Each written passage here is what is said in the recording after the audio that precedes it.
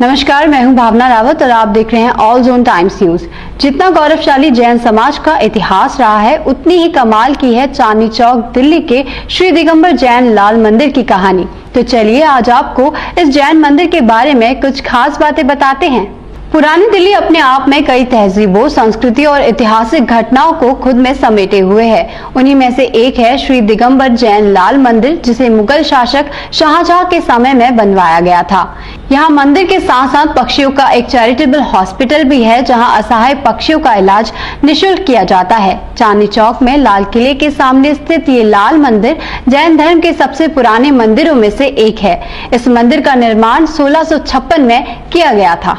अब आपको सुनाते हैं इस मंदिर के निर्माण से जुड़ी एक खास कहानी। जी हाँ, ये मंदिर मुगल शासक शाहजहां के समय में बनवाया गया था, जब पूरे भारत में किसी मंदिर के निर्माण की कल्पना तो दूर, भगवान की प्रतिमा के दर्शन भी दुर्लभ थे। उस समय शाहजहां लाल किले में रहकर शासन किया करते थे।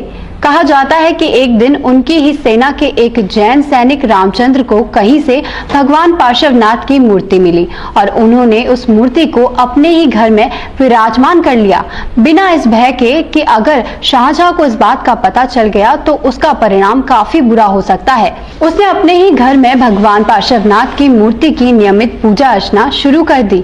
सेना के बाकी जैन सैनिक भी वहां रोज आकर पूजा करने लगे। धीरे धीरे ये खबर अन्य जैन लोगों में भी पहुंच गई और सभी लोग वहां आकर पूजा अर्चना करने लगे।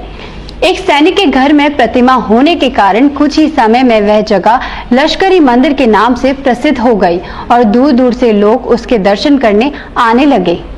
शाहजहां एक क्रूर राजा था और अपने समय में उसने अनेकों मंदिर तुड़वाए थे, लेकिन जब उसे इस मंदिर के बारे में पता चला तो उसने अपने सैनिक की इस गुस्ताखी को नजरअंदाज कर दिया। कुछ समय बाद शाहजहां को उसके ही बेटे औरंगजेब ने कैद कर लिया और राजा बन गया। ये बात तो सभी जानते हैं कि औरंगजेब बेहद ही निर्दयी और कट्टरपंथी राजा था। उसने बहुत से मंदिरों को तुड़वाया और भगवान की मूर्तियों को मस्जिदों की सीढ़ियों पर फेंकवा दिया था। बहुत से हिंदुओं को मुसलमान बनवाया। औरंगजेब हिंदू विरोधी था, तो भला उसे अपने ही किले के सामने बना जैन मंदिर कैसे बर्दाश्त होता।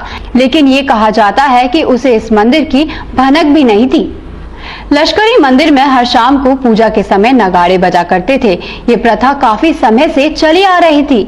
मंदिर के इतने पास रहने के बावजूद अब तक औरंगजेब को नगाड़ों की आवाज सुनाई नहीं दी थी। लेकिन जब एक दिन उसे इसका शोर सुनाई पड़ा तो औरंगजेब ने अपने साथ में बैठे अपने वजीर से पूछा कि ये शोर कैसा है।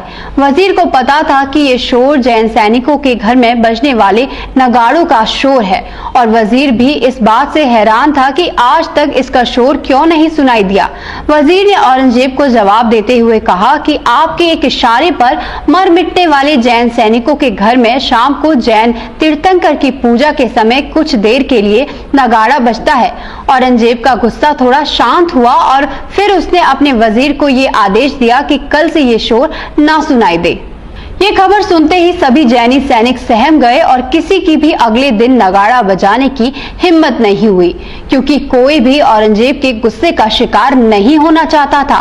तभी एक ऐसी घटना हुई जिसने सभी के होश उड़ा दिए।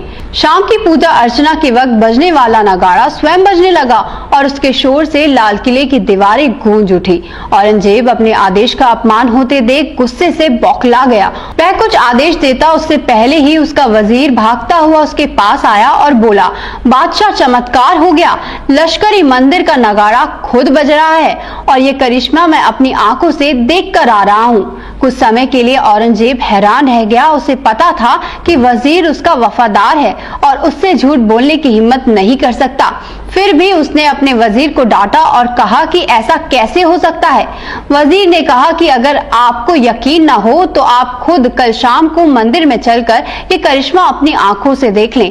बादशाह इस बात के लिए मान गया। अगले दिन औरंगजेब पूजा अर्चना से पहले ही मंदिर पहुंच गया और मंदिर से सभी को बाहर निकालकर उसे बाहर से ताला लगवा दिया। आज भी वैसा ही हुआ। पूजा अर्चना के समय नगाड़े खुद बजने लगे। औरंगजेब भी ये देखकर हैरान रह गया। उसने तुरंत मंदिर का दरवाजा खुलवाया और अपनी आंखों से मंदिर के नगाड़ों को बजते देखा।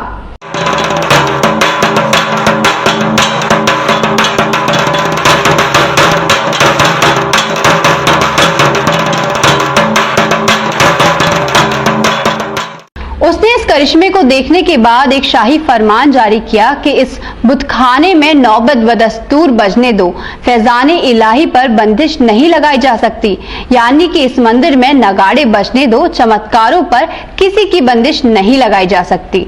इस प्राचीनतम जैन जिनालय की प्रसिद्धि दूर दूर तक फैल गई और इसका स्वरूप विकसित होता चला गया। ये दिल्ली का पहला मंदिर था जो किसी सैनिक के घर में बना था। कुछ समय बाद इसे उर्दू मंदिर भी कहा जाने लगा क्योंकि इसके पास एक उर्दू बाजार लगता था। उसके बाद जैन मंदिर के नवीनीकरण में यहाँ लाल पत्थरों का प्रयोग हुआ। उसके बाद से ही यह मंदिर आज तक श्री दिगंबर जैन लाल मंदिर के नाम से प्रचलित है। तो देखा आपने कैसे उस समय भी इस मंदिर को कोई भी मुगल शासक तुड़वा नहीं सका और आज तक मंदिर उसी तरह लाल किले के सामने अपनी जगह पर बना हुआ है। तो इस कहानी में फिलहाल इतना ही। ऐसी ही स्पेशल वीडियोस के लिए देखते रहिए ऑल जोन टाइम्स न्यूज और साथ ही पढ़ते रहिए ऑल जोन टाइम्स समाचार पत्र।